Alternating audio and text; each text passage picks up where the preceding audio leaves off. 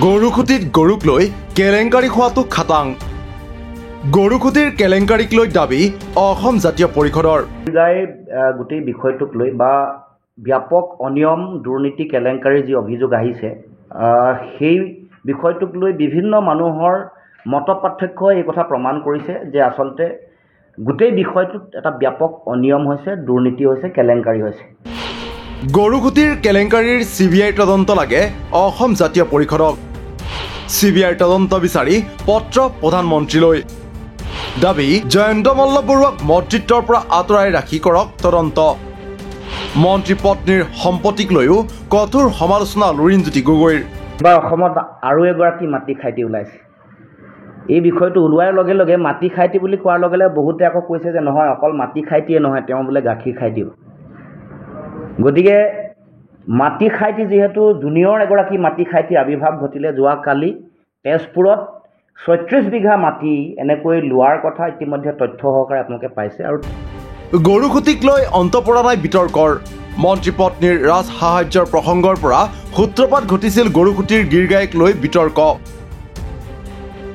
প্ৰসংগক্ৰমত এইবাৰ বিতৰ্কই চুইছেগৈ মন্ত্ৰী জয়ন্ত মল্ল বৰুৱাৰ পত্নীৰ সম্পত্তি। গৰুখুটিৰ কেলেংকাৰীক লৈ তদন্তৰ বিৰোধী দল সংগঠনৰ সমালোচনা দাবীৰ মাজতে বৃহস্পতিবাৰে বিষয়টোক লৈ সৰব অসম জাতীয় পৰিষদৰ সভাপতি লুৰিণজ্যোতি গগৈ। এক সংবাদমেল সম্বোধন কৰি লুৰিণজ্যোতি গগৈৰ দাবী, আমি কেইবাটাও মৌলিক প্ৰশ্ন উত্থাপন কৰিছিলোঁ যে এই গোহালি নোহোৱাকৈ গীৰ গাইৰ সিদ্ধান্ত কিনিবলৈ লোৱা সিদ্ধান্তটো কোনে ল'লে, কেনেকৈ ল'লে? গৰুখুটিৰ প্ৰকল্পত গীৰ গায়ে গাখীৰ অধিক উৎপাদন কৰিব, তাৰ কোনোবা বিশেষজ্ঞ প্ৰতিবেদন আছে নেকি? পাৰিপাৰ্শ্বিকতাই গীৰ গাইৰ গাখীৰ উৎপাদনত সহযোগিতা কৰিব নে নকৰে, এই সকলো ধৰণৰ প্ৰতিবেদন ৰাজহুৱা কৰিবলৈ দাবী উত্থাপন কৰিছিলোঁ। সেইবোৰ উত্তৰ মুখ্যমন্ত্ৰীয়ে দিয়া নাই। আৰু মুখ্যমন্ত্ৰীৰ যিটো তেওঁ গোটেই বিষয়টো যি ধৰণে কৈছে, তাৰপিছত জয়ন্ত মল্ল বৰুৱাৰ কথাৰ লগত পাৰ্থক্য আছে। মুখ্যমন্ত্ৰীয়ে গৰুবোৰ মৃত্যুমুখত পৰাৰ কাৰণে বিক্ৰী কৰি দিয়া বুলি কৈছে, আৰু ইফালে জয়ন্ত মল্ল বৰুৱাই ৰঙিয়া ৰেল ষ্টেচনৰ পৰাই গৰু লৈ যোৱা বুলি কৈছে। আৰু তাৰ পাছত পদ্ম হাজৰিকাই ক'লে যে তেওঁ গৰুখুটি প্ৰকল্প ইয়াৰ লগত কোনো জড়িতই নহয়। আৰু তাতকৈ ডাঙৰ কথা হ'ল সেই সময়ত নেশ্যনেল ডায়েৰী ডেভেলপমেণ্ট বৰ্ডৰ লগত যিখন MOU চুক্তি হৈছিলে শ্ৰীমন্ত শংকৰদেৱ কলাক্ষেত্ৰত, তাত এই চুক্তিখন হওঁতে বিভাগীয় মন্ত্ৰী আছিলে অতুল বৰা ডাঙৰীয়া। আৰু গোটেই বিষয়টো সেই সময়ত অতুল বৰাৰ লগত জড়িত আছিলে, কিন্তু অতি আশ্চৰ্যজনকভাৱে অতুল বৰাই এতিয়ালৈকে কোনো মুখৰ মাতে দিয়া নাই। চুক্তি, গৰু অনাৰ সিদ্ধান্ত আৰু নেশ্যনেল ডায়েৰী ডেভেলপমেণ্ট বৰ্ডে দিয়া গাখীৰ নিদিয়া গৰু, হাল বোৱা গৰু দিয়া যিটো ব্যাপক কেলেংকাৰী, সেইটোক লৈ আশ্চৰ্যজনকভাৱে সেই সময়ৰ মন্ত্ৰীয়ে কোনো ধৰণৰ বক্তব্য আগবঢ়োৱা নাই। গৰুখুটিৰ কেলেংকাৰীৰ CBI তদন্তৰ দাবী অসম জাতীয় পৰিষদৰ। তদন্ত বিচাৰি পত্ৰ প্ৰেৰণ প্ৰধানমন্ত্ৰীলৈ। আজি দেশৰ প্ৰধানমন্ত্ৰীলৈ এখন পত্ৰ প্ৰেৰণ কৰিব খুজিছোঁ যে এই বিষয়টোৰ উচ্চ পৰ্যায়ৰ তদন্ত লাগে, CBIৰ তদন্ত লাগে। CBIৰ তদন্ত কৰিবৰ কাৰণে, CBIৰ যোগেদি তদন্ত কৰিবৰ কাৰণে আমি বিষয়টো উত্থাপন কৰিছোঁ, তেওঁলৈ পত্ৰ প্ৰেৰণ কৰিছোঁ। আৰু তদন্ত প্ৰক্ৰিয়া আৰম্ভ নোহোৱালৈকে যিগৰাকী মন্ত্ৰী জয়ন্ত মল্ল বৰুৱাৰ ইয়াৰ লগত জড়িত হৈ আছে, তেওঁক তেওঁৰ মন্ত্ৰিত্বৰ পৰা আঁতৰাই ৰাখিবৰ কাৰণে দাবী উত্থাপন কৰিছোঁ। ইফালে মন্ত্ৰী জয়ন্ত মল্ল বৰুৱাৰ পত্নীয়ে গঢ়ি তোলা বিশাল ভূ সম্পত্তিক লৈও কঠোৰ সমালোচনা লুৰিণজ্যোতি গগৈৰ। এবাৰ অসমত আৰু এগৰাকী মাটি খাইটি ওলাইছে। এই বিষয়টো ওলোৱাৰ লগে লগে মাটি খাইটি বুলি কোৱাৰ লগে লগে বহুতে আকৌ কৈছে যে নহয়, অকল মাটি খাইটিয়ে নহয়, তেওঁ বোলে গাখীৰ খাই দিব। গতিকে মাটি খাইটি যিহেতু জুনিয়ৰ এগৰাকী মাটি খাইটিৰ আৱিৰ্ভাৱ ঘটিলে যোৱাকালি তেজপুৰত ৩৬ বিঘা মাটি এনেকৈ লোৱাৰ কথা ইতিমধ্যে তথ্য সহকাৰে আপোনালোকে পাইছে। আৰু তাৰপিছত এতিয়া এই খবৰবোৰো আহি আছে নলবাৰীৰ ঘগ্ৰাপাৰতো মাটি লৈছে।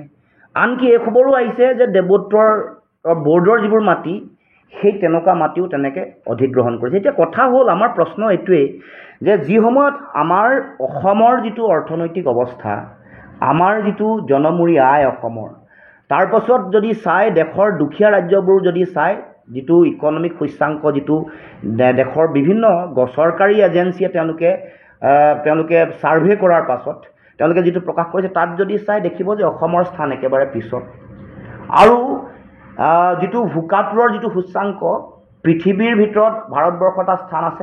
ভাৰতৰ এভাৰেজ যিটো ভোকাতুৰ মানুহৰ সূচাংক তাতকৈ তলত আমি অসম আছোঁ। গতিকে এইবোৰৰ পিছত সাধাৰণ মানুহৰ অৱস্থা খুব বেয়া। তাৰ বিপৰীতে কেৱল মাত্ৰ মুখ্যমন্ত্ৰীৰ পৰিয়াল, তেওঁৰ ঘনিষ্ঠ মন্ত্ৰীৰ পৰিয়াল, তেওঁলোকৰ পত্নী, তেওঁলোকৰ পুত্ৰ, তেওঁলোকক দিনে দিনে ধনী কৰি আছে।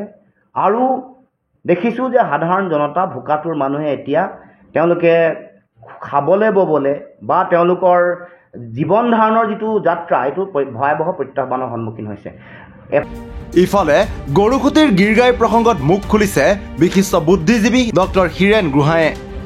এক সংবাদমেলত বিষয়টোক লৈ ডক্টৰ হীৰেণ গোহাঁইৰ দাবী, আপোনালোকে ভাবি চাওক যে 300 গৰু আজি পদ্মলোচন নাথে এখন কাগজত লিখিছে যে এতিয়া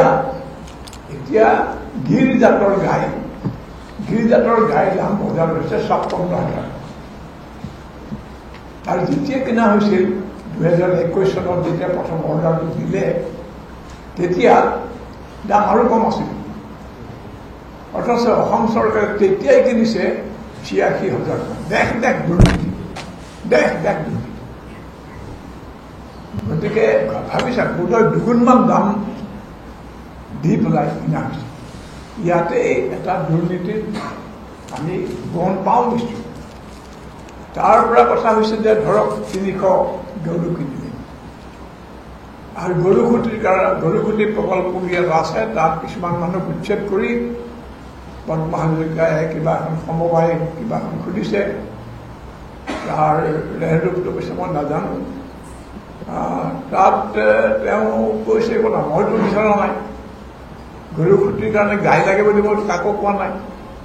চৰকাৰে 300 পঠাইছে মৰাটোত। মোৰ মানে ফাৰ্মত 100জনীৰে হেৰি আছোঁ, মানে জাগা আছে। সেই ধৰণৰ কথা। আৰু কি কৈছে আপোনালোকে জানে, বেমাৰী, আনকি হাল বোৱা গাইও আছে। হাল বোৱা গাই কেনেকুৱা মই জীৱনত দেখা নাই দেই। গতিকে এই ধৰণৰ কাৰবাৰ চলিছে না। নিউজ ডেস্ক ৰিপৰ্ট, দি ক্ৰছ কাৰেণ্ট।